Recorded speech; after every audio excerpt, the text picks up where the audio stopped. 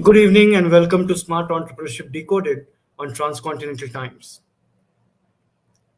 One of the sectors that we have not explored over the last year since we've been having this show is one of the fastest growing sectors of India,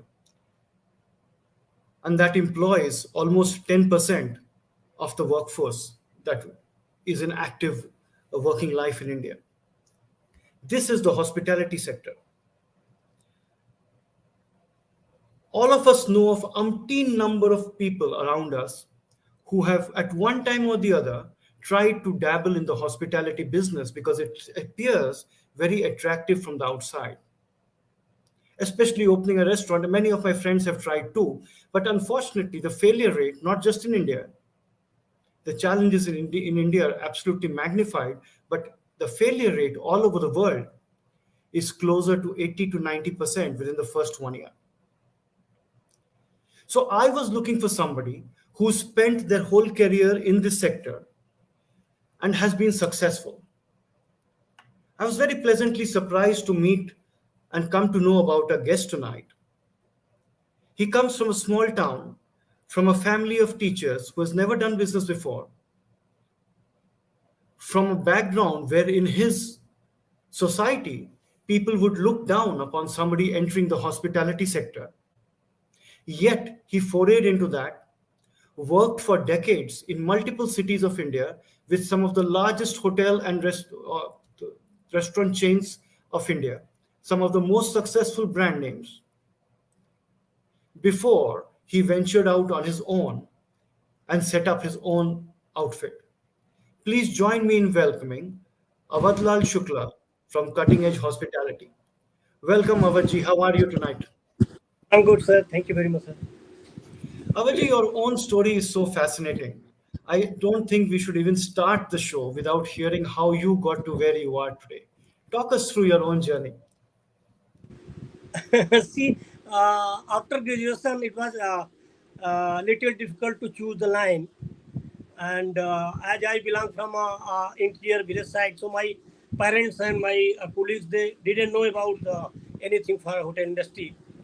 But somehow, one of my colleagues who has did the hotel management from Bhopal Catering College, तो हमसे मिलने के बाद ही told me कि यार अच्छा career है, बढ़िया है, we can go ahead, we can join. And I had get admission in Catering College of India Council Bhopal. So started career from there, sir. I had started my career from Bhopal Catering College, and I was second batch of pass out in Bhopal Catering College. उसके बाद I was with Oberoi Hotels for about 3 years, and I chosen production basically. My interest was कि मैं cooking में, it was my passion earlier also. घर में कम लोग होते थे तो मैं अपनी माँ की काफ़ी मदद करता था, तो खाना पकाना और खाना खाने का शौक था सर बचपन से. So I had chosen this. अवजी, सॉरी टू इंटरप्ट. आइदर आप थोड़ा पीछे हो जाइए या कैमरा थोड़ा ऊपर कर दीजिए. आपका पिक्चर थोड़ा कट रहा है. हाँ, ये ठीक है, थोड़ा बेटर. जी, मेरी जा रहा है. Perfect. Please continue, sir. Then after I had joined the Clark उसका होटल दो टाइम, तो Clark was having 4-5 star hotel in UP. So I was posted in Banaras, and I had worked quite long with Clark hotels. 2-3 बार मैंने उनको छोड़ा फिर join किया. I was in Bangalore for Ranna Silupa hotels. मैं area safe था वहाँ पे. Then वहाँ के बाद फिर मैं इंदौर में था सर. लेमन ट्री होटल है, वो जब मैं था उस टाइम पे बार प्रेसिडेंट ग्रुप ऑफ होटल्स, तो मैंने उसकी ओपनिंग की थी as a chef. Then I had joined a hotel called Babylon International here in Raipur. Raipur is capital of Chhattisgarh. It is growing city sir. उस time पे लोग बाग सिर्फ ये मानते थे छत्तीसगढ़ खाली आदिवासियों के एरिया है, and people know about the यहाँ ज़्यादा नक्सल प्रॉब्लम है. बट ऐसा कुछ नहीं sir. Raipur is excellent city and very growing city, fast growing city. यहाँ लोग बड़े बिंदास, बड़े आराम से हैं. और लोग बाग ये कि स्पंज आयरन सेक्टर और power sector, it is quite big sector here in Chhattisgarh. Approximately 80% of iron और स्पंज आयरन एंड इलेक्ट्रिक की जो आपूर्ति होती है वो छत्तीसगढ़ करता है सर. इस राज्य में। तो यहाँ पे एक पहला 5 स्टार होटल था सर, बेबीलोन इंटरनेशनल, उसकी मैंने ओपनिंग की थी।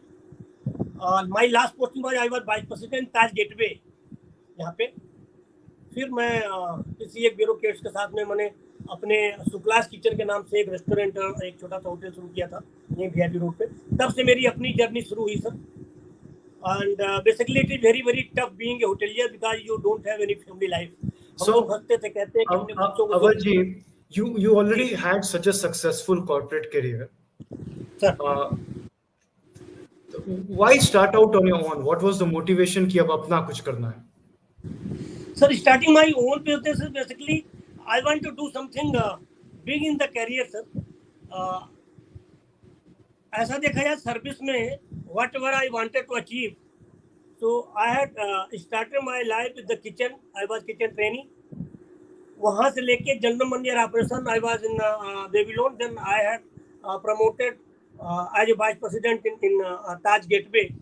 देन आई थॉट कि नौकरी करना ठीक है सर, सामान्य सी बात है, थोड़ा लाइफ टफ होती है, लेकिन आगे आने वाले फ्यूचर में आप अपने बच्चों के लिए क्या दे के जाओगे वो मायने रखता है सर. माई थॉट कि एक छोटी मोटी जगह से भी, छोटी मोटी एक होटल या आउटलेट से भी अगर आप शुरू करें और आदमी मेहनत हो, डेडिकेटेड हो और लगन हो सर, तो कम से कम ये है कि हमारे न रहने पे बच्चे कम से कम हमारी तस्वीर पे ठीक से माला चढ़ा सकें कि my father had did something for me. It was my motto. अभी तो उसमें वक्त है, लेकिन इंटरेस्टिंग नौकरी बात ये करके आप रिटायर हो जाते तो बच्चे भी नहीं पूछते हैं कि नहीं ठीक है, जब तक पापा नौकरी करते थे was very good. And this is basically job की you can retire from the क्या नाम से 60-65 साल की उम्र में भी sir, if you are retire from the job तो you can continue this business. हमारा जब तक हाथ, कान, आंख, नाक और दिमाग काम करता रहेगा, तो मैं फैसिनेट हूँ सर, बहुत ज़्यादा वर्कहोलिक हूँ, तो मैं काम कर सकता हूँ और कंपनी ग्रोथ में अपना कंट्रीब्यूशन दे सकता हूँ सर बच्चों के साथ. तो अवधजीत, you have seen the hospitality sector from various ways. I remember a time when we were kids, when if we went out to a restaurant once in a month, it was a luxury.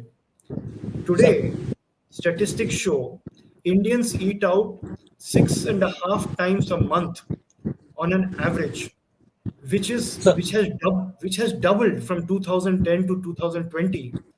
But compared to Singaporeans who eat 40 times a month outside, there is still a lot of scope.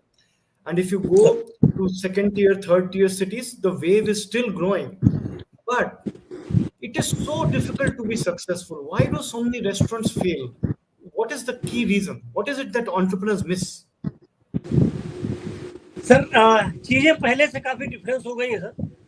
I will tell you 2-3 things sir. देखिए, there was time people eating food for sake of eating, to just fit their tummy, feed them themselves कि हमने खाना खा लिया. But आज की date में आप देखो सर, जो नई जनरेशन है, जो मीडिया है, जो चीज़ें सराउंडिंग है, कितने जिम खुल गए, कितने एक्सरसाइज के सब सारे सेंटर खुल गए सर.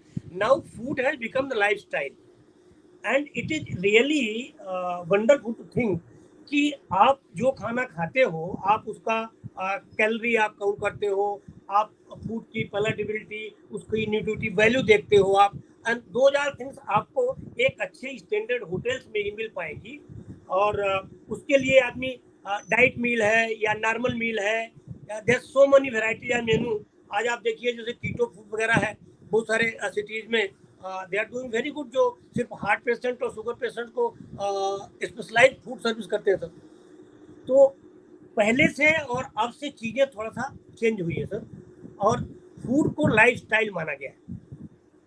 अब सर क्वेश्चन ये उठता है कि अगर इतना ग्लैमर है, इतनी सारी चीज़ें हैं, तो लोग रेस्टोरेंट खोलते हैं, चला नहीं पाते हैं, अनसक्सेस हो जाते हैं, बंद क्यों होता है? एक तो ये कोरोना की महामारी सर पिछले 2 साल से बहुत तंग की हमारी इंडस्ट्री को, and it is really dent badly. कि उसमें आप देखो कि हमें स्टाफ का, चाहे उनकी सैलरी हो, उनका पीएफ हो, इलेक्ट्रिसिटी बिल हो, टैक्सेज हो, उसमें कुछ गवर्नमेंट ने तो रिबेट दिया नहीं होटलियर्स को, तो वो एक विशेष डेंट रहा सर. पर जो मेन कारण है बंद होने का sir, people are not calculative. Basically food and beverage से रिलेटेड जो भी बिजनेस होता है सर, उसमें एक्सपेंस बहुत हाई होता है और आप देखो percentage of profit is very less. Hotels में जो हम लोग बैलेंस करते हैं तो as per thumb rule we think कि 70% we can save from the room side and 20% we can save from the F&B side. But F&B side में sir जो एक्सपेंसेस होते हैं, मेन एक्सपेंसेस आप देखिए कि man power is very expensive, then electricity, AC cost, it is very expensive. Raw material cost has आप देखो कि पिछले 2 साल से it has increased approximately 200%, but we cannot change our menu rates every day.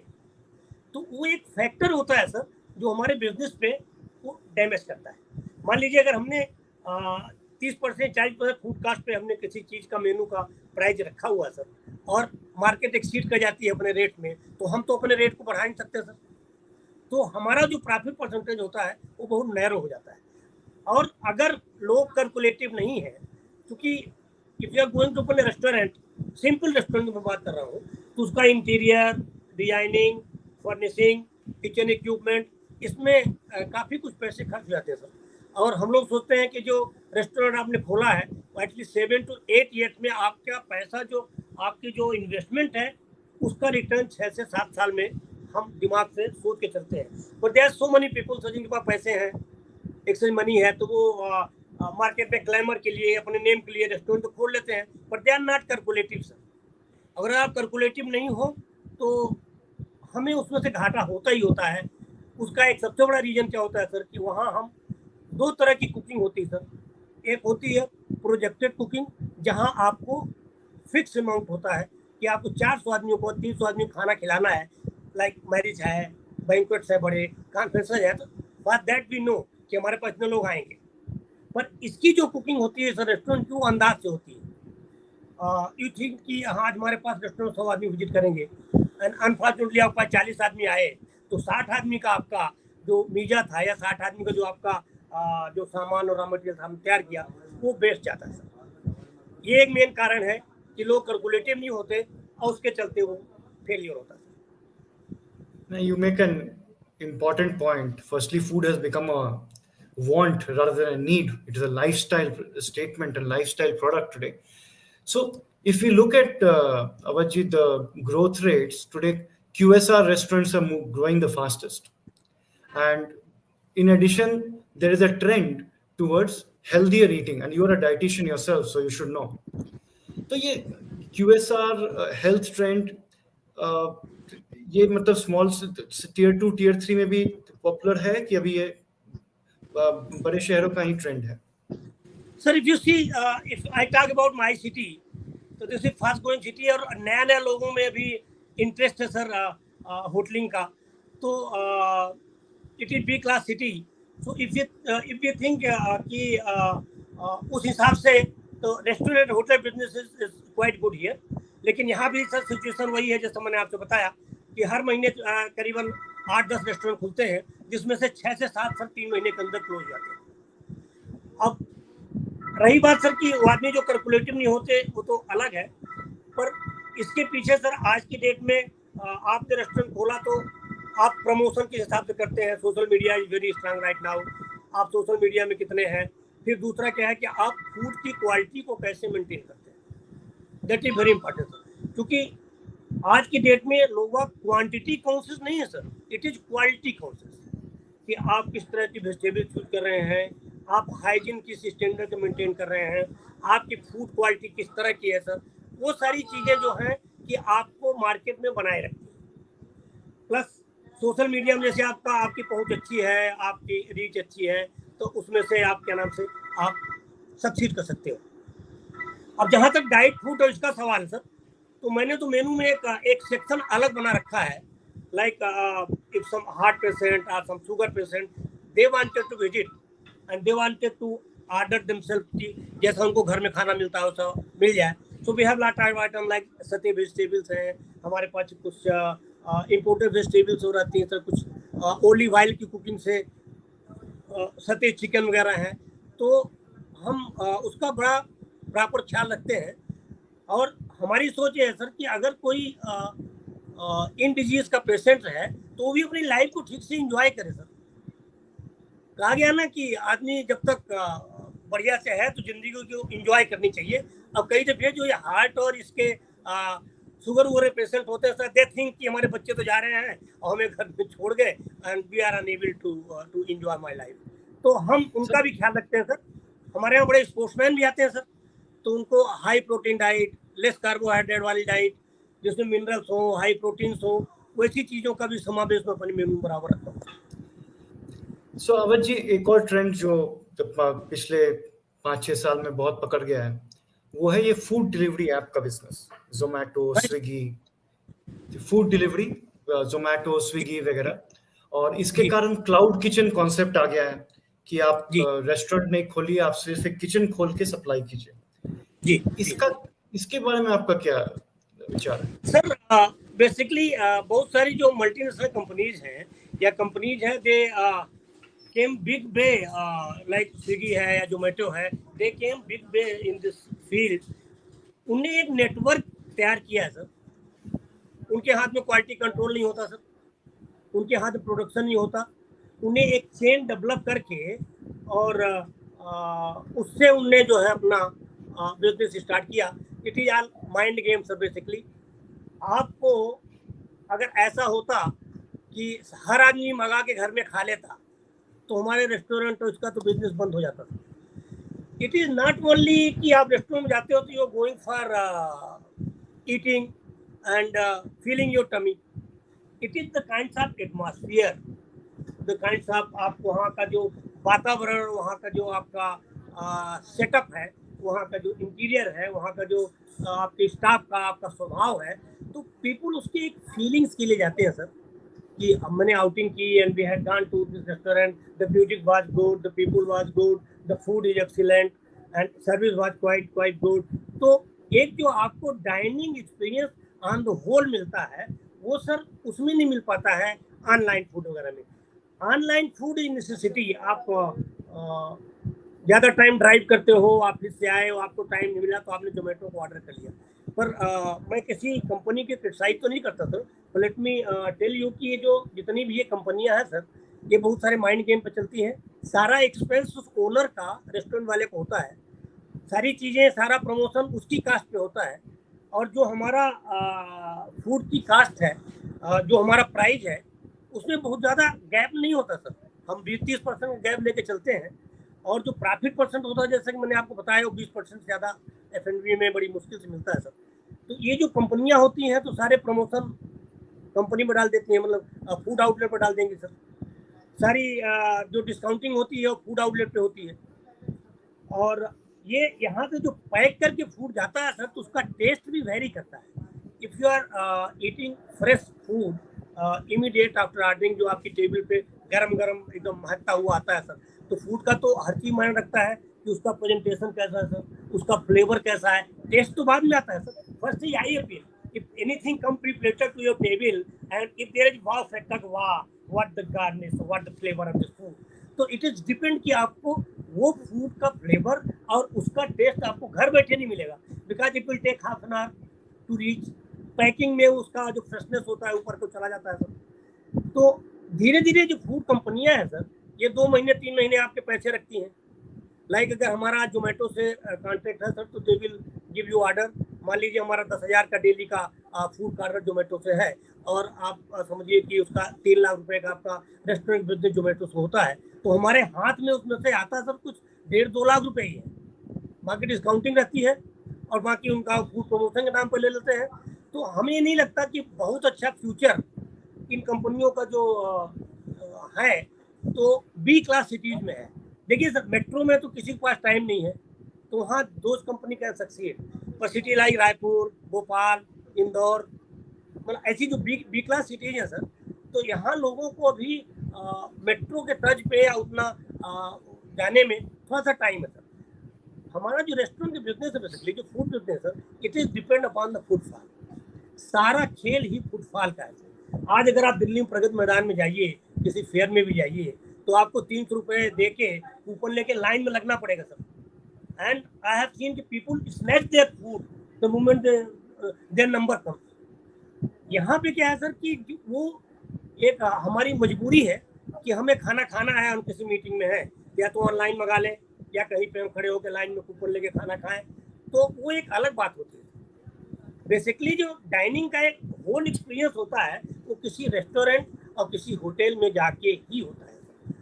वो तो ऑनलाइन बात सही कंपनियां है, सर मेट्रो में अच्छी चल रही है, बट दे आर वो नॉट तो डूइंग बात वेरी गुड सही इन। है, वो तो बात सही है। इसीलिए काफी जो स्टेटिस्टिक्स है, ट्रेंड्स शो करते हैं कि एल्डर लोग ज्यादा घर में बैठ के ऑर्डर कर रहे हैं और यंग लोग बाहर जाना प्रेफर कर रहे हैं। Fastest growing segment and spending segment is millennials, people within the age of 20 to 35। लेकिन जी अवरजीत, जी यंग लोग जब देखिए, आपने भी जब छोड़ा तो आपने एक रेस्टोरेंट खोला था किसी के साथ मिलके, जी काफी सक्सेसफुल। लेकिन रेस्टोरेंट में इतना फेलियर रेट है, आपका क्या एडवाइस रहेगा जो लोग हैं यंग या ओल्ड जो रेस्टोरेंट खोलना चाहते हैं, वो हॉस्पिटैलिटी बैकग्राउंड से नहीं है, वो कैसे करें? मतलब पार्टनरशिप करके किसी के साथ करें, कैसे करें? Very important question sir. मैं अपने शहर में देखता हूँ कि हमारे पास 3-4 रेस्टोरेंट के हर महीने प्रपोजल आते हैं कि सर मैं नहीं चला पा रहा हूँ, इसको आप ले लीजिए। बेसिकली जो चीज बाहर से नजर आती है सर वो अंदर एक्चुअली है नहीं। आपने इंटीरियर बहुत अच्छा कर दिया, आपने पैसे लगा दिए, आप अनप्रोफेशनल हो और आप अनकैलकुलेटिव हो सर, तो उसमें आपका घाटा होना ही होना है। सबसे पहले रेस्टोरेंट खोलने से पहले सर हमको मार्केट सर्वे करना चाहिए कि जिस एरिया में रेस्टोरेंट खोलने जा रहे हैं उस मार्केट में किस कैटेगरी के और कितने क्लाइंट है सर। Client can be A B C category में आप बांट सकते हो, उस कैटेगरी के हिसाब से आप उन्हें रेस्टोरेंट कैटेगराइजेशन कर सकते हो, उस कैटेगराइजेशन के हिसाब से आप रेस्टोरेंट के इंटीरियर कर सकते हो सर। फिर back of the house it is very important sir कि आप जिस कैटेगरी रेस्टोरेंट खोलोगे उस कैटेगरी में आप इन्वेस्टमेंट कितना करेंगे। आज के डेट में सर अगर 1 करोड़ 1.5 करोड़ आपने 100 करोड़ का रेस्टोरेंट खोला और इंटीरियर में अगर आपका है तो बैक उसमें आपका setup of store, setup of receiving, setup of kitchen, setup of आपका फ्रेश एयर एंड दो थिंग, वो भी आपको उतना ही कास्ट करता है सर जितना कि आपका रेस्टोरेंट का इंटीरियर कास्ट करता है। आपको स्टाफ को ठीक ठाक फैसिलिटी देनी है, स्टाफ को रिक्रिएशन के लिए कुछ जगह बनानी रहती है। आपके रेस्टोरेंट के जो इक्विपमेंट है सर, किचन के जो इक्विपमेंट सर वो इतने एक्सपेंसिव हैं कि 30-40 लाख रुपए तो एज इट इज लग जाते हैं सिर्फ यूटेंसिल्स एंड इक्विपमेंट में सर। और उसके बाद अगर आपने 2-2.5 करोड़ रुपए लगाया तो जो अनप्रोफेशनल होते हैं तो उनकी सोच रहती है कि मैंने यार रेस्टोरेंट खोला और हमारा रेस्टोरेंट ऐसे चले कि साल भर में मेरा पैसा वापस आ जाए और मैं कमाने लगूँ। मेरे ख्याल से sir restaurant business more of the passion. अगर आप फूड से रिलेटेड आपका पैशन है, फूड से रिलेटेड आप प्यार करते हो इस इंडस्ट्री को, तो इसमें मेहनत बहुत है। यहाँ का काम कभी खत्म नहीं होता। रेस्टोरेंट में You आपका make a very you lunch make की a तैयारी very important point and great practical sense. Unless you have studied your market, unless you have studied your consumer, their likes, dislikes, their income level, the location you are in, you should, without that research, you should not go and spend huge amount on interiors and expect people to come. It is a very, very common mistake people make. Avadji, we are completely out of time, but I want to ask you one final thing. जी Now, running a restaurant and running anything in hospitality, which includes hotels, restaurants, tourism, so many things, it is tough anywhere in the world. But in India, it becomes tougher. There are other challenges as well. So, if among all the challenges, if there was, अगर आप एक चीज में बदलाव देखना चाहें over the next 2 to 3 years, वो क्या होगा कि ये इंडस्ट्री थ्राइव करे? क्योंकि इसे पोटेंशियल इतना है, ये बंद जाता है। सर देखिए हमारा तो पौराणिक काल का रहा सर कि अन्नम ब्रह्मम ग्रहणम, ये 2-3 चीजें रिलेटेड है सर एक दूसरे से। कि अन्नम ब्रह्मम नादम मीन्स कि आपका फूड, म्यूजिक और कल्चर ये एक दूसरे से रिलेटेड होता था। हम बिना सोचे समझे कोई रेस्टोरेंट या होटल खोलते हैं सर, तो बेसिकली जो आज 60-70% रेट इनका फेल होने का है वो मात्र इसलिए है सर कि हम ठीक से स्टडी नहीं करते हैं। पहली बात, हमारे पास पैसे होते हैं और हम अच्छा इंटीरियर, अच्छा आर्किटेक्ट तो हायर कर लेते हैं सर।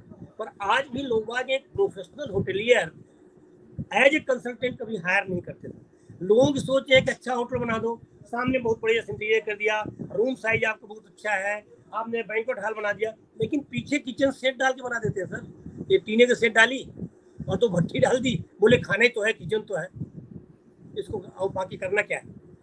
बेसिकली सोच में परिवर्तन से सारी चीजें होगी सर।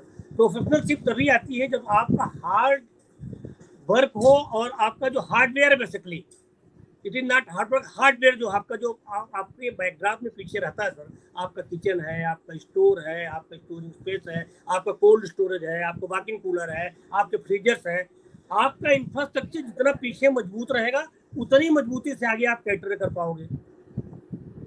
और होटल का investment it is not like other investment कि आपका पावर का फैक्ट्री है, आपका स्पंज आयरन फैक्ट्री है, जिसमें आपको तुरंत के तुरंत पैसे वापस आने शुरू हो जाएंगे। यहाँ तो सर आज जो बंदा आता है, आज उसको जो इंटीरियर जो एटमॉस्फेयर आज उसको अच्छा लगता है, तो महीने 6 महीने में पुराना हो जाता है sir. Then again you have to invest for changing the things की फिर बंदे को ऐसा लगे कुछ नया पाना है। तो most important thing to succeed sir, you have to calculative, आपका कास्ट का मार्केट को आपको अच्छा ज्ञान होना चाहिए, आपका क्लाइंट बेस जो है उसके संबंध में आपकी अच्छी स्टडी होनी चाहिए, आपको अच्छी तरह से सोशल मीडिया इन सब चीज़ों में आपका प्रेजेंटेशन होना चाहिए, और सबसे बड़ी बात सर कि आपका गेस्ट सेटिस्फेक्शन रेट अगर 80% है तो आप सक्सीड करोगे। अगर आपका गेस्ट सेटिस्फेक्शन रेट 50% से भी कम है तो आप किसी हालत में इस इंडस्ट्री में सक्सीड नहीं कर सकते हो। और उसके लिए आपकी सोच और आपका हार्ड वर्क ये बड़ा इंपॉर्टेंट है। मोस्ट इंपॉर्टेंट थिंग टुडे जो हमको फेस करनी पड़ती है सर, दो चीजें हमको बहुत महंगी, वेरी एक्सपेंसिव और बहुत दिक्कत देती है, that is power and man power. Power is very expensive sir, 12 रुपए से लेकर 15 रुपए तक पर यूनिट बिजली का बिल होता है सर, और डेज के अलग बिल होते हैं, नाइट के अलग बिल होते हैं सर। और मैन पावर जो स्किल्ड मैन पावर सर उसकी हमारी इंडस्ट्री में बहुत कमी है। और बिकॉज हमारे होटल इंडस्ट्री में 11-12 घंटा काम करना बड़ा नॉर्मल होता है, तो इस इंडस्ट्री में लोग आना नहीं चाहते। जो आते हैं सैलरी तो बड़ी हाई डिमांड करते हैं, लेकिन उनका जो आउटपुट होता है सर, और जो उनका रिजल्ट फाइनल रिजल्ट होता है कि हमें इतना प्रोडक्शन चाहिए उनसे, उतना कर नहीं पाते सर। ये सबसे बड़ी समस्या है, power and man. Skill power नहीं हमारे पास, और मैन पावर बहुत बड़ा दिक्कत है। अवध जी, आपका आपके अपने जीवन की कहानी तो इंस्पिरेशनल है ही, लेकिन जो आप बोल रहे हैं ये सब जो रियल ट्रूथ्स हैं, अगर लोग इसको फॉलो करें तो फेलियर रेट इस इंडस्ट्री में डेफिनेटली कम हो जाएगा। हमारे शो पे आने के लिए बहुत बहुत धन्यवाद। Thank you very much and I wish you all the best. Good night, have a good evening. Thank you sir, आपने हमें